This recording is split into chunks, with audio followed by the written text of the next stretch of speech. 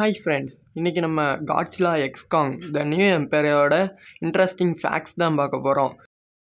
பார்க்குறவங்களாம் நீங்கள் டீம் காங்கா இல்லை team காட்ஸிலான்றதை comment பாக்ஸில் சொல்லுங்கள். சரி, ரொம்ப பேசாமல் ஸ்ட்ரைட்டாக வீடியோக்குள்ளே போயிடலாம். ஃபஸ்ட்டு இந்த படத்தோட டியூரேஷன் வந்து 1 hour 55 minutes.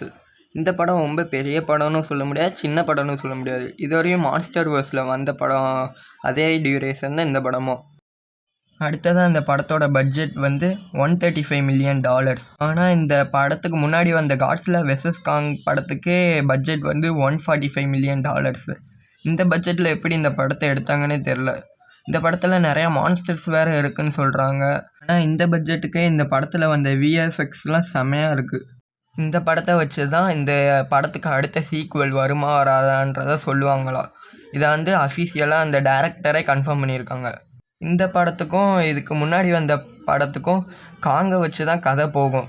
இதே இந்த படம் சூப்பராக வந்துச்சுன்னா அடுத்து வந்து காட்ஸிலா வச்சு தான் படம் கதையே நகரும்னு சொல்கிறாங்க. அடுத்து இந்த படத்தை பார்த்துட்டு வரவங்க வந்து காங் ஃபேனாக இல்லைனாலுமே இந்த படத்தை பார்த்ததுக்கப்புறம் அவங்க காங் ஃபேன் ஆயிடுவாங்களா.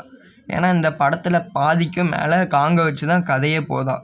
இந்த படத்தை வச்சு தான் இதுக்கு அடுத்த பார்ட் வருமா வராதான்றதை முடிவு பண்ண முடியும். இந்த படத்தில் மொத்தம் 3 ஹீரோ 2 வில்லன். இதில் சீமோ வந்து வில்லன் இல்லைன்னு தான் நான் நினைக்கிறேன்.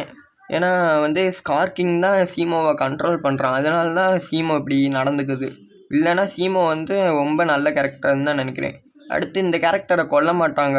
ஏன்னா இது வந்து தனியாக ஒரு மான்ஸ்டர்ஸ் கொண்டு போகிறதுக்காக தான் இந்த படம் ஒரு ஆரம்பம் தான். அடுத்து காட்ஸிலாக்கு இதோட நிறையா பல ஃபார்ம்ஸ் கொண்டு வருவாங்கன்னு நினைக்கிறேன். இப்போ பிங்க் கலரில் ஒரு காட்ஸிலா வந்திருக்கு. இன்னும் நிறையா காட்ஸிலா வரும்னு தான் நான் நினைக்கிறேன்.